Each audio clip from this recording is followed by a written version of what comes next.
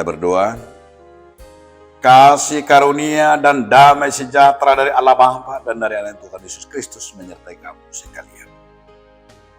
Amin. Salam saudaraku.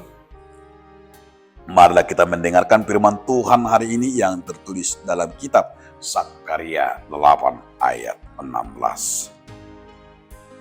Inilah hal-hal yang harus kamu lakukan, berkatalah benar seorang kepada yang lain, dan laksanakanlah hukum yang benar, yang mendatangkan damai di pintu-pintu gerbang.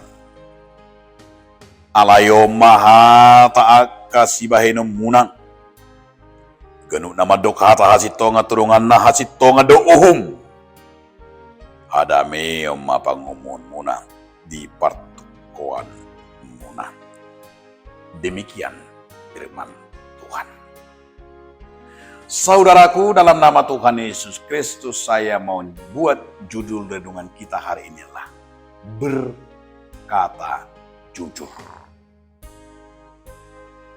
Sakarya mengingatkan orang Israel agar jangan membohongi Tuhan, tetapi selalu menyatakan iya jika iya, tidak jika tidak. Artinya selebihnya dari itulah dari si iblis.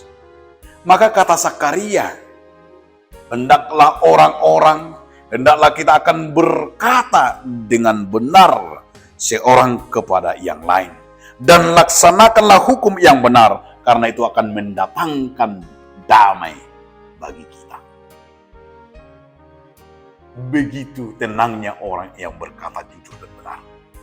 Begitu bahagianya orang yang berkata jujur dan benar. Kenapa? Karena orang yang benar dan jujur itu tidak pernah takut. Tetapi orang yang sering berbohong, yang sering menipu, yang sering mengakal-akali, dia akan terus-menerus ketakutan. Dia berpikir jangan-jangan nanti ketahuan saya.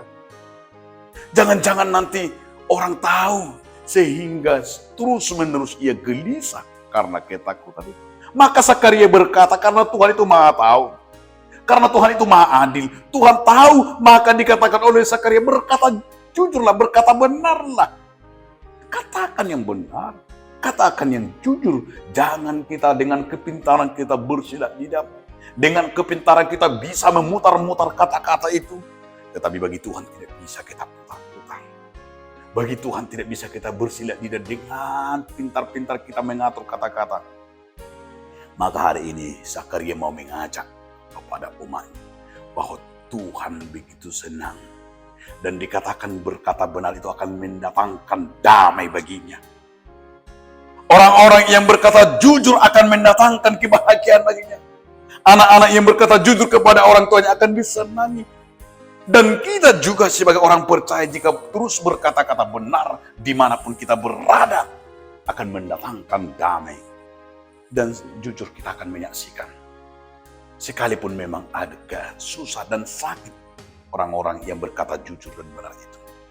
Tetapi di hadapan Tuhan dan di akhirnya manusia akan begitu senang kepada orang yang jujur dan orang yang berkata benar.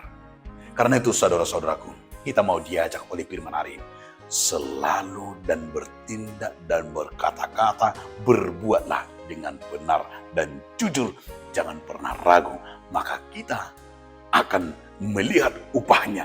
Melihat apa dampaknya daripada orang yang berkata jujur dan benar itu di hadapan kita yang disebut dengan damai. Damailah upah orang yang berkata jujur dan berkata benar. Selamat berperilaku jujur dan selamat berperilaku benar. Tuhan Yesus memberkati. Amin.